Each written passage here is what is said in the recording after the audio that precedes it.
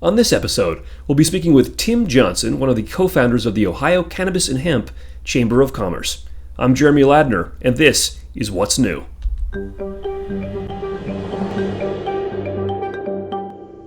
Tim, thank you so much for being on the show. Hi, Jeremy. Thanks for having us today. Pleasure. So, can you tell us a little bit about the Ohio Cannabis and Hemp Chamber of Commerce? Yes, I can. The purpose behind the Ohio Cannabis and Hemp Chamber of Commerce is to connect the cannabis and hemp communities.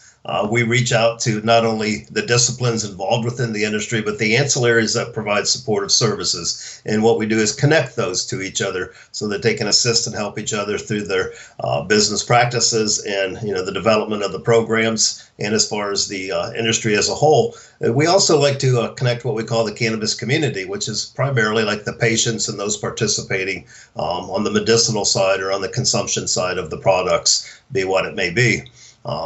So we do a business-to-business type of relationship. We're similar to any other chamber of commerce. We just happen to be focused on cannabis and hemp industries. And that's what we do here in Ohio, as well as the Midwest, across the nation, and as well as we've got companies in Canada that participate with it. So we get a lot of information out there, keeping people up to date, educational-wise, legislative-wise, and with what's happening around the U.S. Yeah, you guys have been very busy. I happened to watch that compilation video of this past year that you put together, which was very interesting. And congratulations on SB 57. I know you played a role in that as well. Can you tell us a little bit about that? Yeah, thank you. The video does show what we did last year in 2019. It was kind of exhausting year as much as we did. But in reference to Senate Bill 57, it's the hemp bill for the state of Ohio. We're hoping to see tomorrow or the first of next week the actual license application come out for the farmers and the businesses that plan on getting within that industry as well.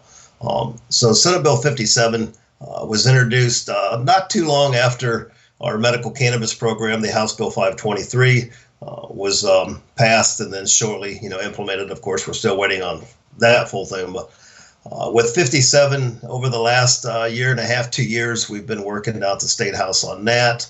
Finally, in July, Governor DeWine signed off on the bill and signed it into law. The Department of Agriculture took over from there, and now here it is the end of January, coming the 1st of February. They did expedite it. They did a pretty good job at getting it up and running. So it's looking forward to seeing what the farmers are going to do out in the fields this year. Yeah, it's definitely an exciting time. For folks who are watching and who are thinking, yeah, I'd like to be part of the Chamber of Commerce, what do they need to do? Is it as simple as going to the website? Can you give us the details? Yeah, it's real simple. If you go on the internet, you go to ohioccc.org,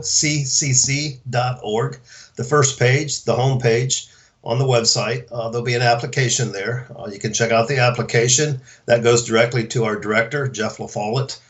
He'll do a brief interview with you, a follow-up on that. We do vet our members for the respect of the members that we have so that we bring in respectable and ethical companies into the chamber.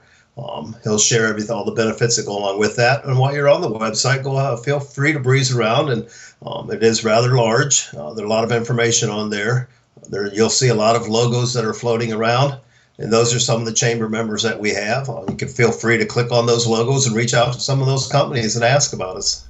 Absolutely. Okay, so let's play a little game. Let's take a look ahead. This has been a busy year in 2019. 2020, we're already knee deep in it. What do you see happening by the end of 2020? Or this time next year in 2021, let's say, looking back, what will we have accomplished in Ohio and the U.S. at large and globally? What are some predictions that you can share with us?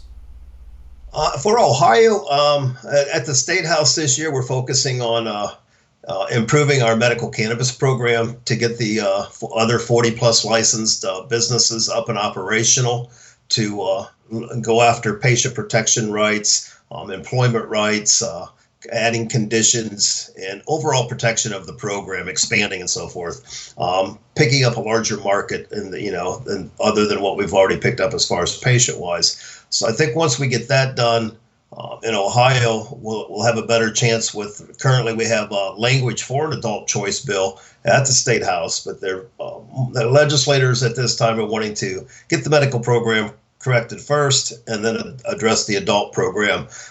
Throughout this year, we'll see what's going on with the hemp bill. as the farmers to get their product out in the field for that program to see how well they're going to do, whether they want to stay in it or not stay in it come 2021. Nationally, I am hoping, and I think as many people are, that this come November, we'll see a lot of states that are coming on board at the national level, and hopefully that will address the 38 state requirement for ratifying the Constitution with an amendment to take cannabis out of a Schedule 1, out of the control of the DEA, and allow states to create, without any repercussion from a federal level, to actually, go ahead and start their programs and, allow the industry to flourish. And I think if that happens here in the U.S., I think we'll see a large trickle down. As Canada kind of trickled down into the U.S. a little, we'll start seeing some of it trickle across the entire world here, that everybody will start participating, and we'll see a very flourishing global industry, I believe. It is an exciting time to be part of the industry, absolutely. Tim, thank you so much for being on the show. We really appreciate it. Thank you so much for having us, Jeremy. We appreciate the coverage. Looking forward to next time. All right. Thank you for watching. We certainly appreciate the audience that we have. For all of you that are watching, if you like the show, please let us know. Like, share, comment, and subscribe. When you do subscribe, make sure to hit that bell so you get notified about all of our shows. Until next time, I'm Jeremy Ladner, and this is What's New.